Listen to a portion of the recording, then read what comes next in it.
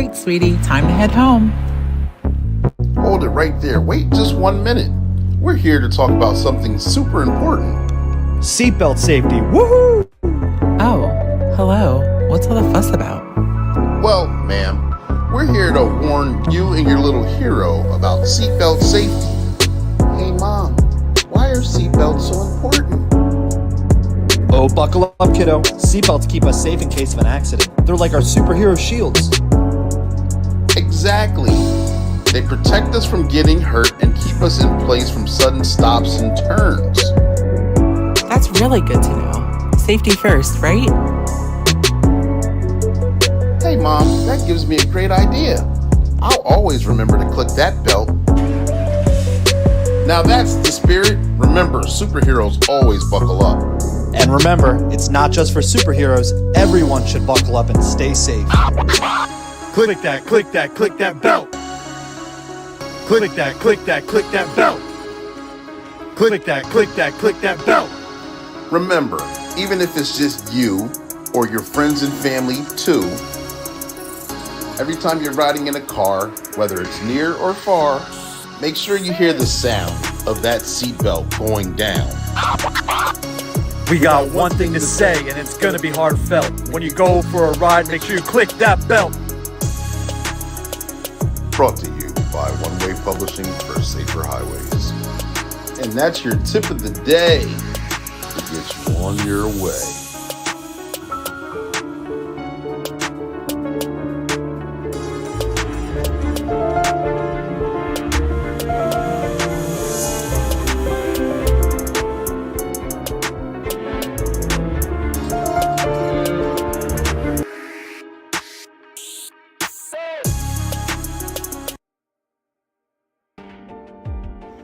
Welcome to Black and Blue, the podcast that's just for you.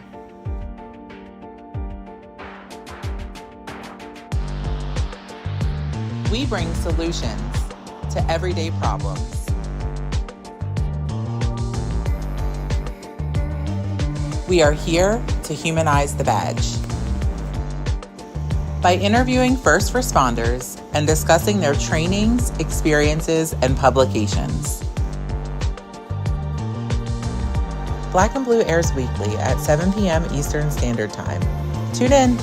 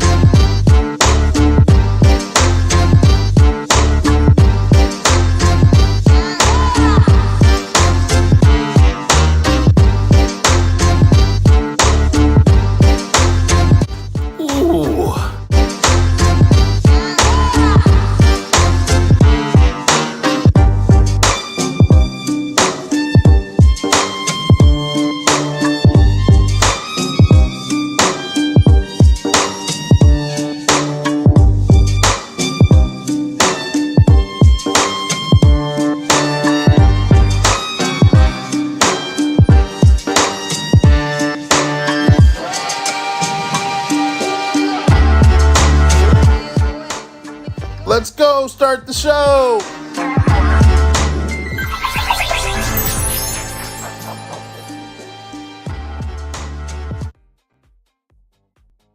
And we're on the screen, ladies and gentlemen, boys and girls. Welcome to another episode of Black and Blue. I am your host, I am Coach Clee. I'm your motivational speaker, your empowerment coach, your author, and your favorite baker's favorite baker. And thank you guys for tuning in. We had an incredible month, the month of October. And like I said, we're going to end out the rest of this month with another barn burner, okay? This interview is going to be a little different than before. Like I said a couple weeks ago, that I went to a training in Philly with on the front line training with HIDTA, and it involved Michael Laidler, who was a former guest on the show. He gave the training there, and we got some clips, excerpts, some recordings from the training itself. We got a recap of the interview that we had before that, and then we got to get a bonus follow-up interview with that. And not only that, I got to interview one executive director and one project manager for HIDTA as well. So we got an all-star lineup. I will be doing some maintenance in the middle of this because I couldn't upload all the videos for this segment. So hopefully I'll be able to get them done while the other videos are playing with no interruption, but you might see a little glitch to her there. Let me see, we got a comment coming in already.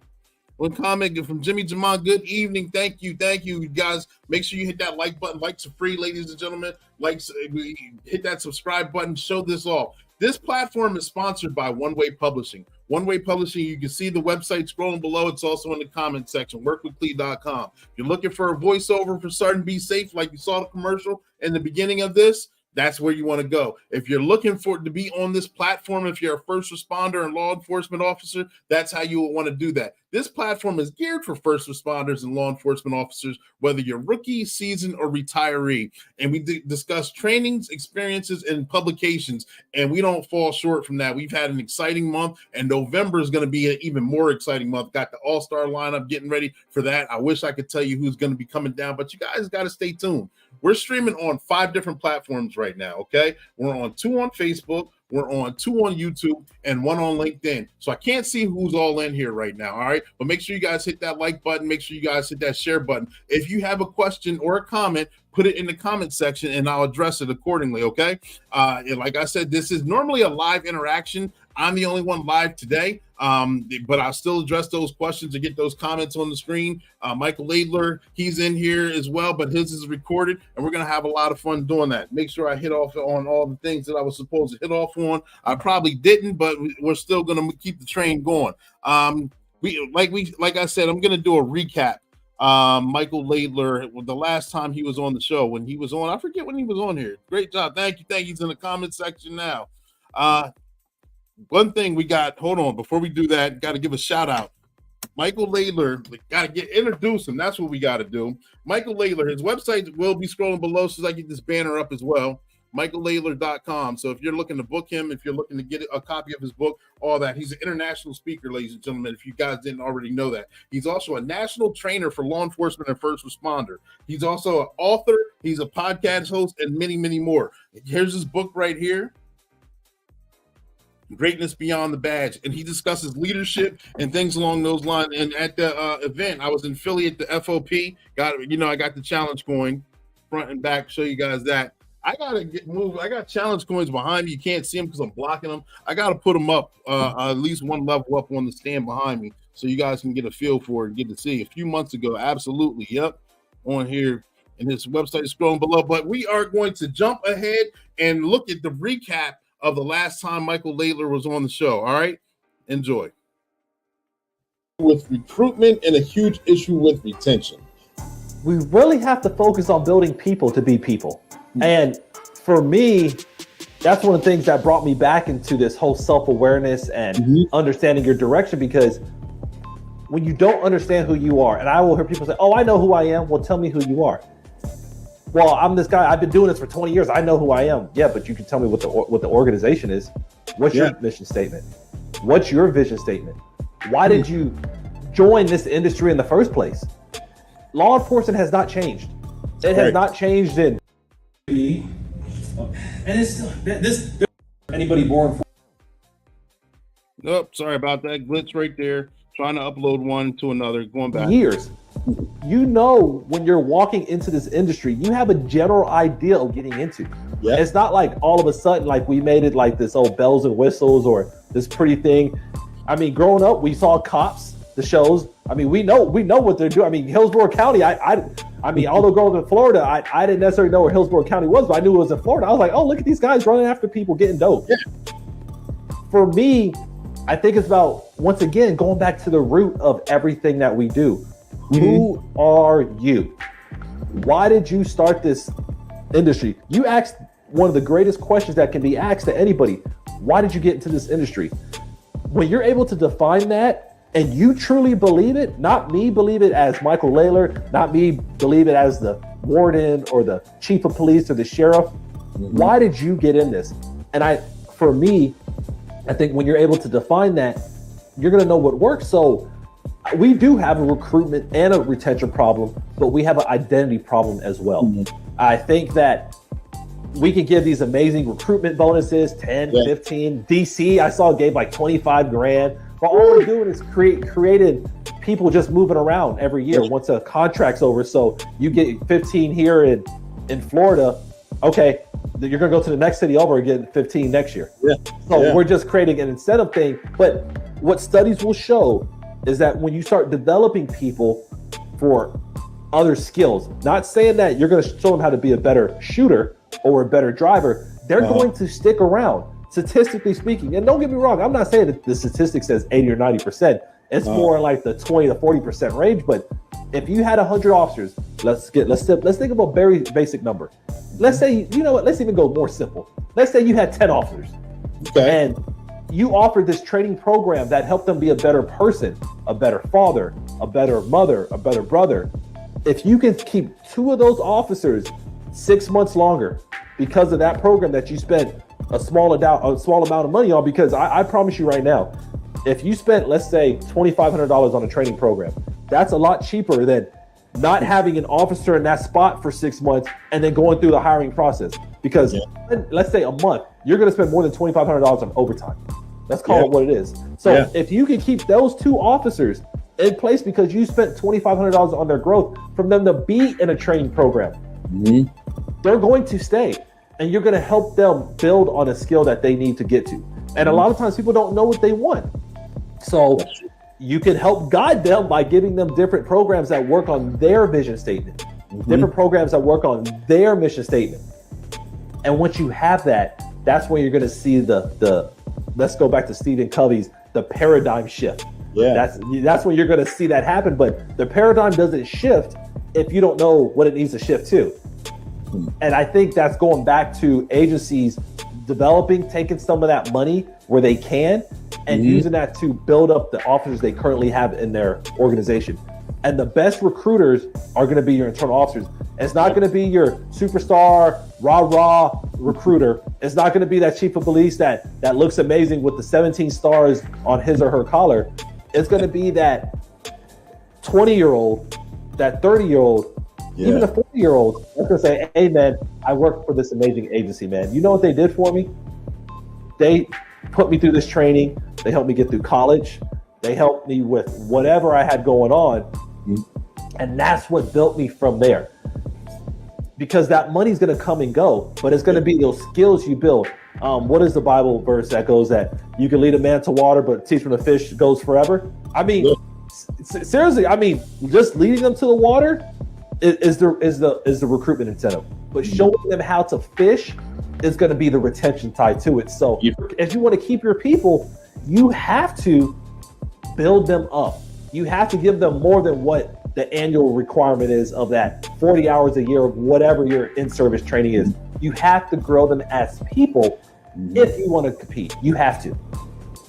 Absolutely. I remember I went to a training where that was implemented, where you have it takes 3 to 5 years to actually learn the job for law enforcement traditionally.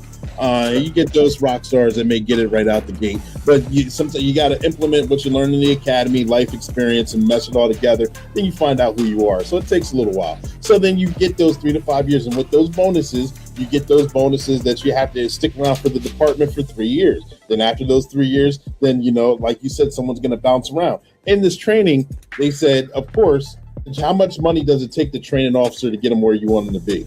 And they put that number out there. And how much money does it take if that officer just goes and you have to start all over and train somebody new? You're keep spending that same money over and over again. Where in fact, if you just train that officer properly and you keep training that officer, that person, and build them up, the statistics will show that they'll stay and they'll be more of an asset to that department or that agency itself, and therefore you get more bang for the buck if you're looking at it as a business aspect. Yeah, and that's what you should be, because at the end, if I'm a chief of police, a sheriff, a director, a warden, that's what you have to look at. Everything's business, especially from their level. And looking at the big picture, the financial costs, it's like, hey, do you want them just to leave and you have to go recruit? You have to miss out on retraining, because you're going to have to train somebody. Train your local talent. Train the people you have. Don't keep reaching out, because it's easy to say, oh, I'm just going to get rid of that person. Like one of my pet peeves is when someone says, oh, they can leave, or just let them go if they want to go. If they want to go, let them go. Yeah. Why?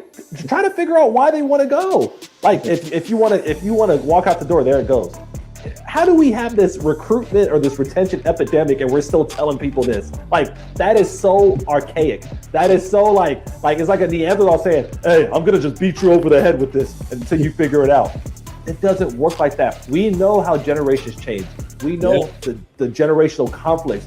We know that what traditionalists faced back in the 1950s is different from what Generation Z wants right now. It is different. What used to work has to change. But like that training you went to, it is going to change if you know how to appropriately spend your money.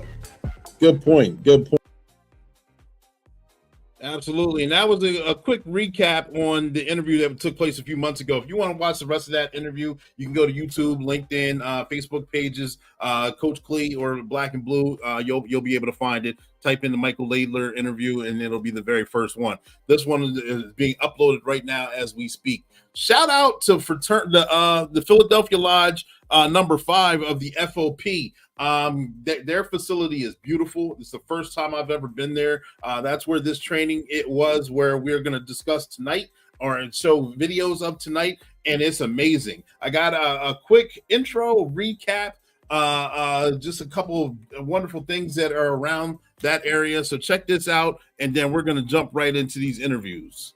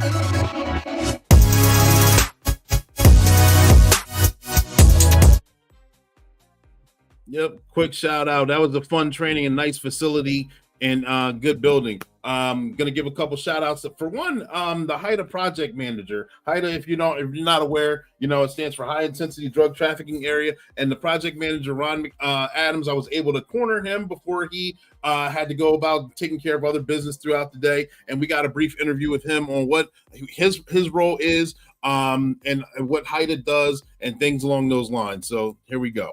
Clee Tillman here with the Black and Blue podcast. I'm here introducing Ron Adams, Programs Manager for the LMA HIDTA that's in the Philadelphia area.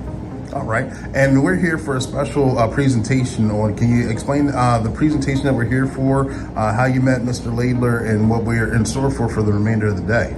All right, well, this is the On the Front Lines training, leadership, and wellness, or mental wellness through leadership. And so basically what we're trying to do is instill in leadership and officers that are obtaining leadership, the importance of kind of like trust, communication, and mental wellness. I met Mike through Shateem Mills, who was an officer on the HIDTA task force here. Mike had been doing this training throughout the country. He reached out to me to see if we'd have any interest. We were looking for something like this, but there's not a lot of that out there, so we were really happy that we could find Mike. And so actually he came in town, we went out to lunch, talked a little bit more about the training, learned a little bit more about Mike, was very impressed, and brought him in. So for the rest of the day, there'll be a lot of interaction, roundtable discussion, feedback, videos, and then a wrap up and an evaluation so we can figure out what we hit, what we missed, and move forward. But I'm really excited. Thank you very much. Thank you for having us. Shout out to Ron Adams for that. Good interview, good preview of what's to come. Got another interview with the executive director, Jeremiah Daley. He speaks very highly, of course, of HIDTA. And the HIDTA, I'm not sure if it's national, correct me if I'm wrong, but if you can supply a facility, they can put on the training for free in most cases. Don't quote me on that. I don't work for them, but at least in most cases, from what I understand, if you can provide a facility, they can bring in the trainees and they can put on the training for free. So let's check out what Jeremiah has to say. I'm Clee Tillman, right here interviewing Jeremiah Daley. There we go. The Philadelphia Police Department. Can you give us a brief intro of what's going on today, who you are and who you're highlighting? Sure. We're really happy to be here with Mike Tillman going over the need for better training for our law enforcement leaders to address the mental health and wellness of the officers and bridging that gap between the supervisory role and the employee care role. My background is with the Philadelphia Police Department for 25 years and now almost 20 years as the HIDTA director in this part of the world. And we've seen way too many officers have crises develop, and some of those unfortunately turn into suicides. All right, thank you very much. There we go. The interviews with those guys. Thank you guys for being available and being put on the spot and providing great interviews to add to this podcast here. Ladies and gentlemen, boys and girls, before we actually jump into a couple clips of Michael Laidler in the training, because he's going to talk about leadership, unconscious biases. He's going to talk about generational differences. He's going to talk about seeking help, for yourself and for others in some of these upcoming clips. Before we jump into that, we're going to have Sergeant Be Safe let him say a few words. Stand by.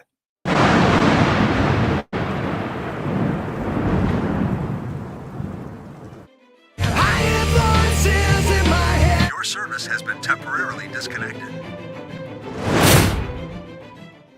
Psst.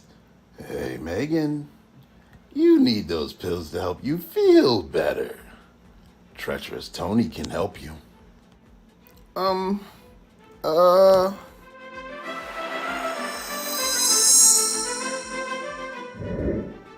Megan, no. Don't listen to him. It's dangerous. Oh, no. Hey there, sweetheart. Looking for something special?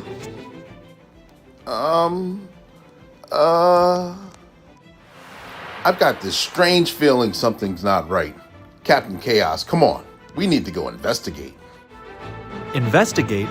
But I just bought a new yo-yo. Oh my goodness. I just don't get it. Hold it right there, Treacherous Tony. We know what you're up to. And we won't let you harm innocent people. You can't stop me. I've got connections. We're not afraid of your connections, Tony. We're here to protect the community. And make sure Megan gets the help she needs legally. Thank you, officers. You are absolutely welcome, Megan. Remember, folks, there's legal ways to get the help that you need. Don't let anyone take advantage of you. And if you ever need a helping hand, Sergeant Be Safe and Captain Chaos are here to save the day. And that's your tip of the day to get you on your way.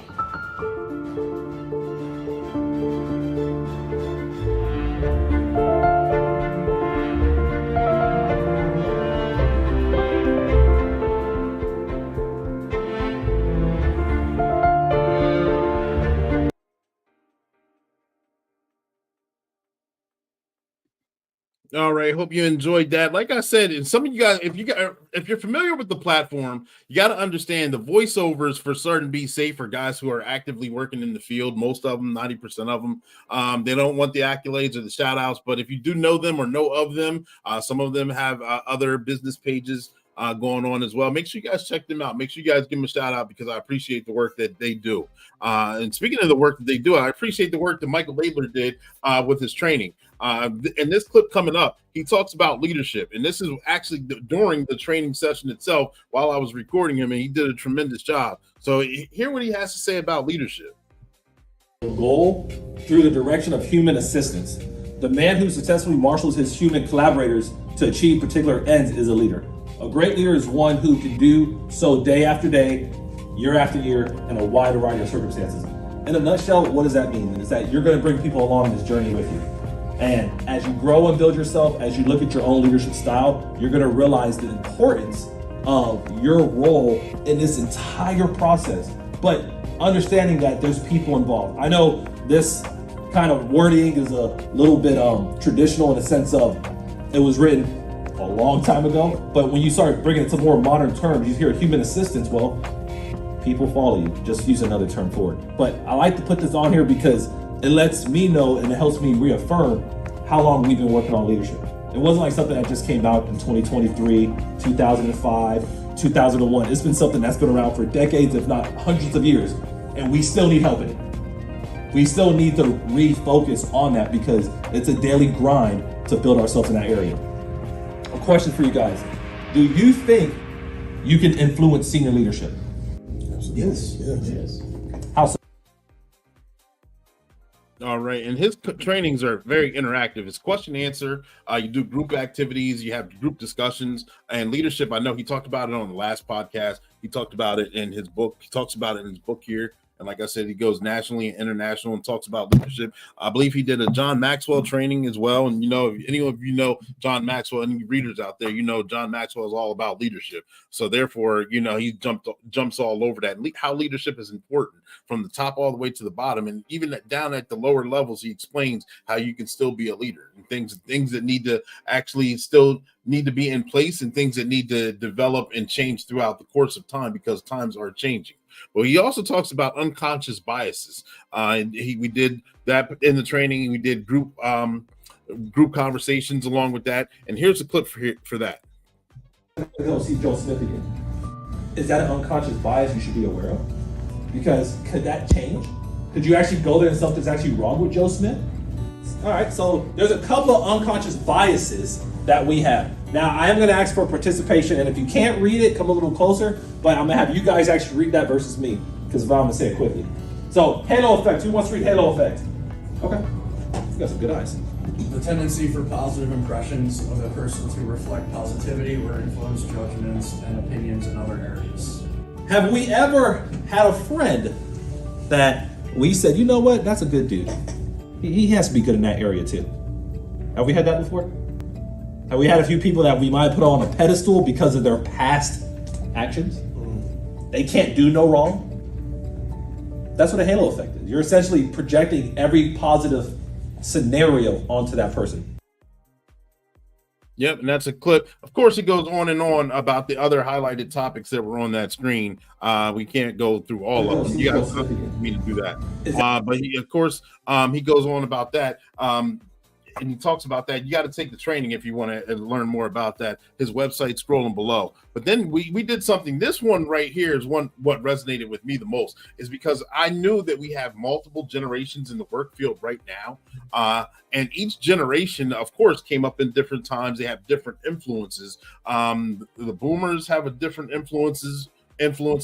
millennials, Gen Z, Gen X, so many different things are influencing. So many different things were brought up differently. Some were brought up during black and white TV. It did transition to color TV. Some are grown up with, they know nothing but internet, and there's a few in between. So we talked about generations and the motivations for that, and how we can all still be a positive influence toward each other while still having these differences. And it's there's a fifth group out there, traditionalists. They're anybody born before 1946. They're still in the workforce, but they're such a small number. They're only like at last time I checked last year, they were under 3%. So they're probably 2, maybe 1. And then there's another generation coming into the workforce, which some of our kids, my son's 10, so he's not there yet, but some of our kids are now another generation. We're not going to talk about that group that comes after Gen Z, but there are 4 groups. And we're gonna have a little bit of fun. We're gonna have a little bit of an exercise on this. So on here, I have 4 notepads. 4 notepads. Yep. And we're gonna break up into small groups. Groups of 3, and then one group will have 4. What you're gonna do on your notepad, you're gonna take about 5 or 10 minutes, and we're gonna go over a couple of categories. We're gonna talk about the groups, their aspirations, the attitude towards career, and their communication preferences. So whatever group you get, I'll tell you the years. That'll be what your group discusses. Only that particular time frame, because I want to see y'all's perception on it, not mine. And I'm gonna make it a little bit more fun, because I know some of you guys know each other. So rather than y'all group up, I'm gonna make sure y'all are spread out a little bit.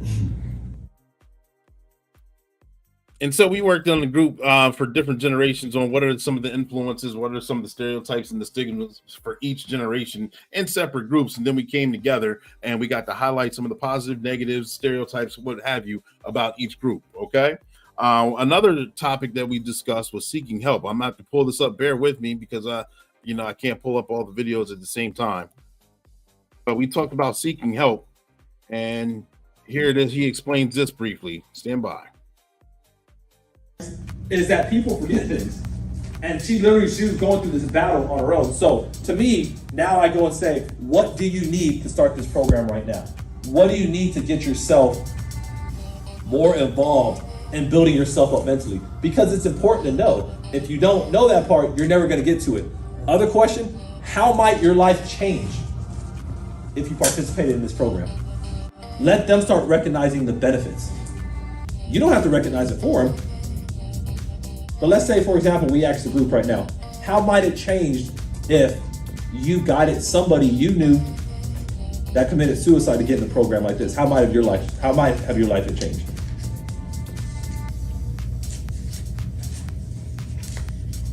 What would have changed? What would have changed in your life if you would have intervened on something that you recognized earlier? If you actually may not have the guilt. Yeah. You may not have the negative emotion towards it. Absolutely. And seeking help, talking about the stigmas with that. Anyone as a first responder or law enforcement officer, you know that you got that bravado. We're the fixers. We don't need fix. We don't ask for help.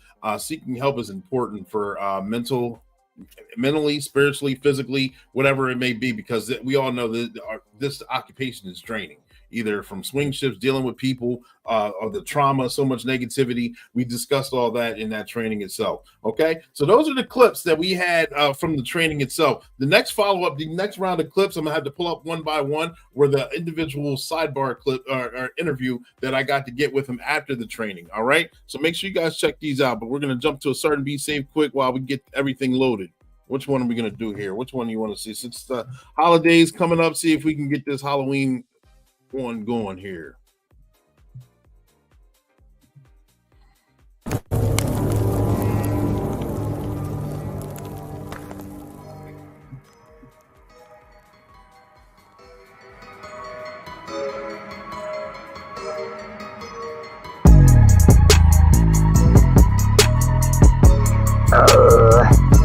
Ooh, and you fool! As we all enter this holiday season, be mindful and vigilant that this is when scammers and thieves like to take full advantage of us.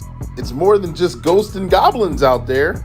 There's real life monsters like Rob You Blind and Chance Wilder, ready to hurt and take advantage of kids and adults alike.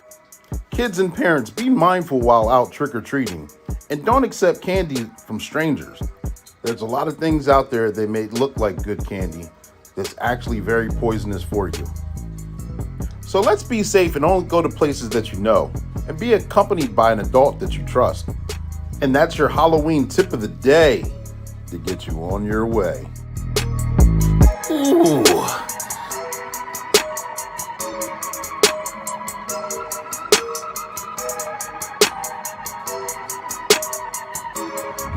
Subscribe now.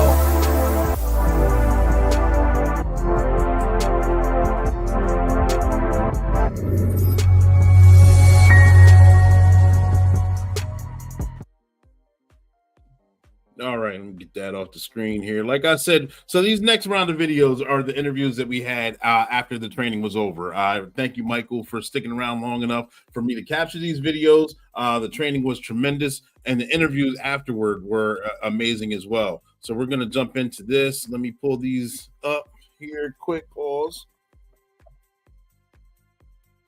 Let's see here. Part 1. Yep, here we go. Here we go right now. Boys and girls, we are back again in the lab on Black and Blue. I'm your host, Coach Clee. I have Michael Laidler here, and we just completed his training. Again, you guys remember he was on the podcast before. He was on Black and Blue before. Now we are face to face. Michael, can you tell us a little bit about why you're here in the training, what your training is about? You know, for me, it's a lot about self-awareness, which I eventually found out deals a lot with mental wellness and law enforcement. Then I started thinking about the gap that's between mental wellness programs and our CEOs, because our CEOs, our police chiefs, our sheriffs, our wardens, they're investing a lot of time, money, and effort into wellness programs. But there's a gap that's in between, and that's leadership. Okay.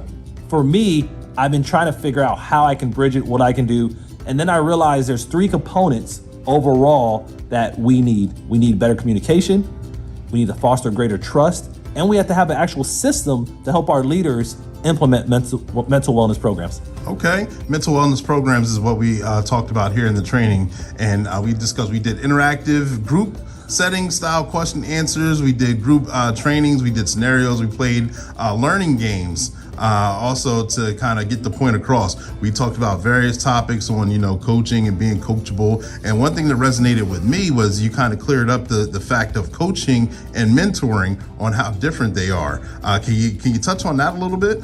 Yeah, it's crazy. I started to study coaching about, let's say, 6 years ago when I joined the John Maxwell team. Before, I thought it was a coach's job to give all the answers. I thought it was my job to say, you know what, Clee? This is the way you should be doing things. However, what I learned about coaching, it's about a collaborative approach to help you get the answer that you already know. I don't need to create the answer. My job is to ask thought-provoking questions that will get you there. For me, it's been transformative in how I process things now with people, because I don't come into a coaching session or feedback or constructive criticism with the mindset that I have to fix you. I come in, how can I lead you to where you already know where to go? You just need my guidance. And with that different mindset, it has really changed how I coach people, how I train, how I speak, because now I realize that a lot of people know the answers. They just need my help to kind of bring it out of them. Yeah, good answer. And some of the interactive games that you played, we got the thumb ball back there, and you go, you toss it in between, and then whatever your thumb lands on, you ask that question, and then you answer it honestly. How does that normally go in the trainings? I know it went pretty well here today, but how does that normally go in the trainings? It is one of the most amazing activities I learned years ago. I have done it for groups as small as 5 or 6 up to 300. Oh, wow. Groups really enjoy it because it's opportunity for them to speak freely on something they know. For the thumb ball, it has probably about 30 questions on it. And like you said, wherever you catch it, wherever your thumb lands, that's the question you're gonna have and you're gonna answer. So for example, one of the questions we have is, how do you manage stress? That question is different for everybody. However, when you hear your peers, other students in the class talking about it, you're like, you know what? I can relate to that. So for me, the thumb ball allows me to get people involved, but also help open up the room because it gives people a chance to be genuine and authentic. There you go. And I'm going to pull the rest of them up. Make sure you guys hit that like button, tag, like, and share as well, while we continue on with these clips. Get the rest of this up here. My apologies. I can only load up so many at a time. Let me see here. Make sure you put some comments in the comment section on what you believe, what resonated with you. What part did you learn from? What did you like most? We talked about leadership, talked about unconscious biases, talked about generational, we talked about seeking help as well. But here's part 2.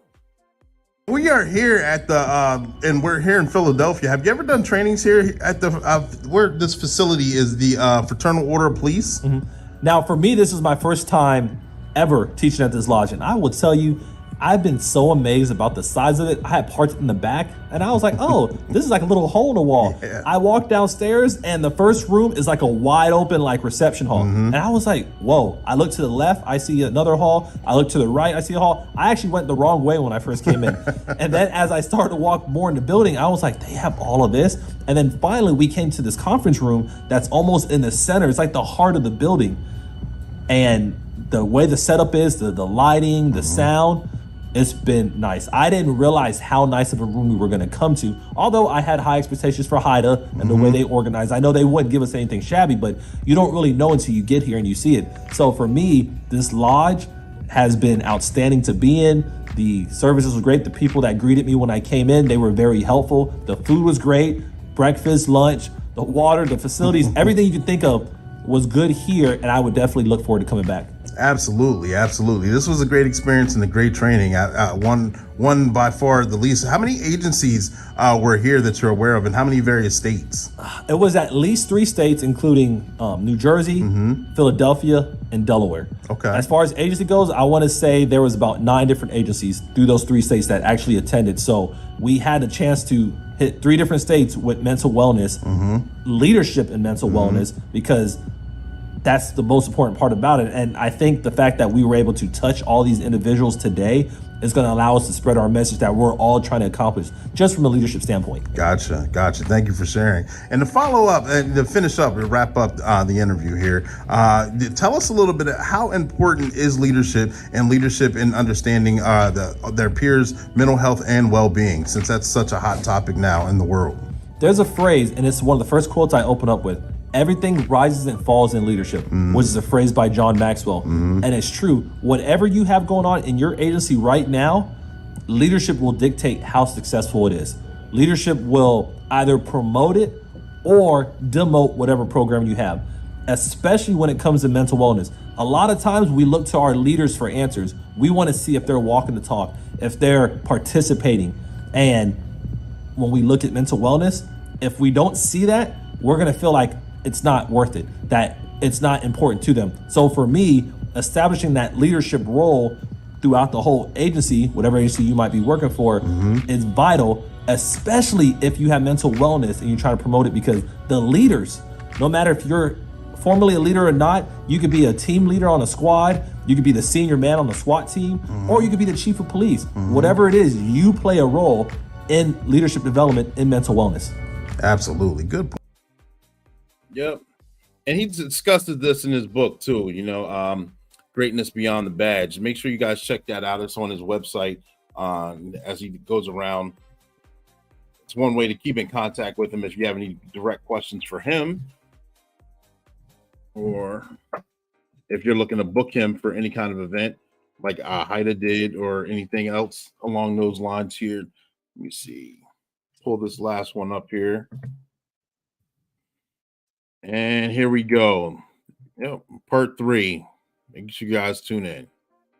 Thank you very much. You gave us a tremendous interview. We appreciate you coming here to Pennsylvania. Is there anything else that you would like to share with us before you depart? One thing I want people to understand is that each of us have a role in helping each other out. We talk about our brothers and sisters, our family, and law enforcement. As a leader, this is your chance to actually prove it. I don't want to just hear us talk about getting better. I don't want to just hear us saying that we're going to grow our staff or the people around us. I want to see us executing in a way of recognizing what's going on, recognizing behaviors that may be overlooked, intervening by actually addressing it, providing feedback, and then finally coaching people, helping them build up, helping them maintain that confidence, helping them find that answer to get to these mental wellness programs, because as leaders, it is our responsibility to help the people that we love get to where they need to be. Absolutely. Good point. Good topic. Thank you very much. I'm going to highlight, zoom in right there. Ladies and gentlemen, we will be discussing the book as well. But thank you, Michael, for doing the interview. Thank you for putting on such a great program and presentation. We appreciate you. Thank you. Yep, thank you very much. So those are the videos. We got to see the original video that when he was originally on the podcast. We got to see him actually in training, video clips of that. I wanted to sneak in a few. I didn't want to interrupt him too much while he was doing the training. And then we got to see the interview afterward. When everyone left, we got to get a recap on that. And ladies and gentlemen, boys and girls, it's a nice person to meet. That was the first time we got to meet face to face. I appreciate him for setting aside time to do this interview, because he's a very busy man. I think he left out 6 o'clock the next morning and travel back to Texas or somewhere, and he's been doing things since. He a great guy, great mentor, great advice. We talked backstage a couple times, and he always drops gems. And I appreciate him, and I appreciate the training that he's been doing. And like I said, HIDTA's been doing, he's been working with HIDTA, at least in this area, to do these kinds of trainings. All right, ladies and gentlemen, boys and girls, this was a little different. I know it's a little different. We do the live interactions. We have the live interviews, and it's normally very organic. But I had to take advantage of the opportunity with Michael being here and actually being face to face with him. So I tried to jump in, get in those interviews where we could, get in and pick his brain a little bit and see how he works in the field. All right. Make sure you guys tag, like, and share. This is Black and Blue. We go live weekly at 7 p.m. Eastern Standard Time. And when we go live with a special guest, and we discuss their trainings, their businesses, or their publications, and how it goes hand in hand with law enforcement or first responders. So if you're looking to be on the show, website is in the description box, and it's also in the name field. Make sure you check that out, workwithlee.com. If you're just looking to see what goes on here and show how we humanize the badge, how we have fun doing it, please check us out. Like I said, we go live once a week. We got an all-star lineup coming for November. I'd love for you. We're going to jump right into it next week. Going to have a few clips from the highlight show playing throughout the week, mainly on either be on YouTube or LinkedIn or a combination of the two. Make sure you guys give it the likes to Michael Laidler and his podcast. I'm not sure exactly when it airs, when it's on, but he's on YouTube as well, and he's got so many different things going on. He's giant in his community, big name. I appreciate him. I appreciate the things that he's been doing. All right, ladies and gentlemen, boys and girls, we're going to jump to a certain Be Safe cartoon commercial here and see what else we got going on. Let me see which one we can do. Can we do, let's do the house fire one. Stand by.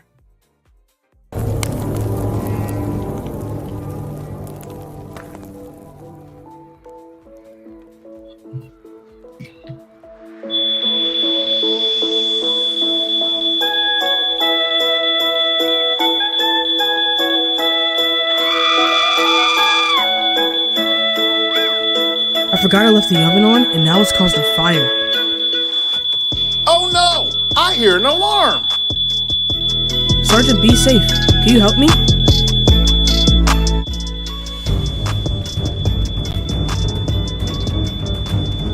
Sergeant Be Safe to the rescue.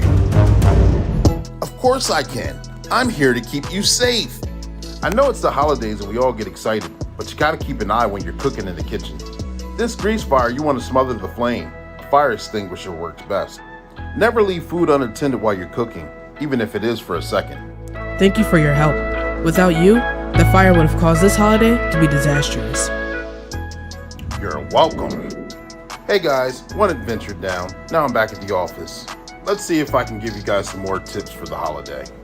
We already talked about websites that are scams, emails, letters, and social media.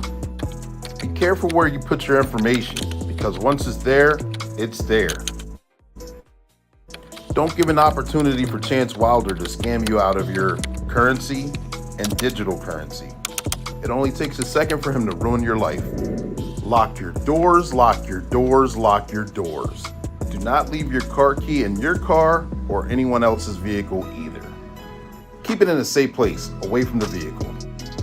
And that's your tip of the day, to have a safe holiday. Happy Thanksgiving!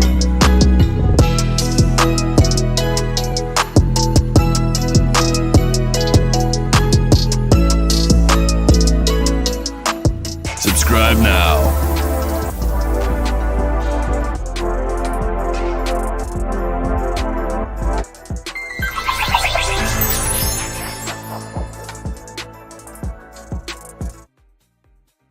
Yep. And speaking of the holidays, I know tomorrow is trick or treat for most. Those of you, make sure you guys are being safe. Make sure you guys go in well lit areas. Make sure you have costumes that fit. Make sure you can see out of them, cross to the crosswalks. We talked about this in certain Be Safe video as well. Make sure you guys go to houses that you know or that you're familiar with. You know, don't accept candies from strangers. Kids, make sure that you give your candies to the parents so your parents can check them to make sure that you're not ingesting poison. Don't want to be scary and theatrical. However, it is important. Want everyone to be safe. Want everyone to have fun on this upcoming holiday and as we embark on the holiday season coming forth. All right. I'm Coach Clee. I'm your motivational speaker, your empowerment coach, your author, and your favorite baker's favorite baker, saying 10-4 over and out. And I got a request that some of you guys want to see the recap video again of the Fraternal Lodge. Let me pull this up here. I'll play that. Let me find it. Here it is. We'll play that again. And you guys, make sure you guys tune in because Black and Blue is going to be moving forward for November, and we're going to have a lot of fun. All right? You guys be safe. We love you. With recruitment and a huge issue with retention. We really have to focus. Oh, not that one. Sorry. I already played that one. Recap.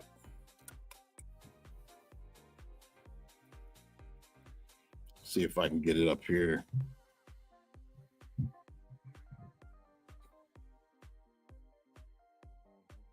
Not the original one.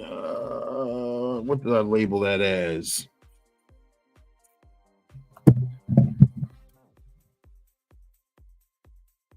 The struggles of going live, right? Yep, I know. Here it is, the intro. That's why I labeled it. There we go.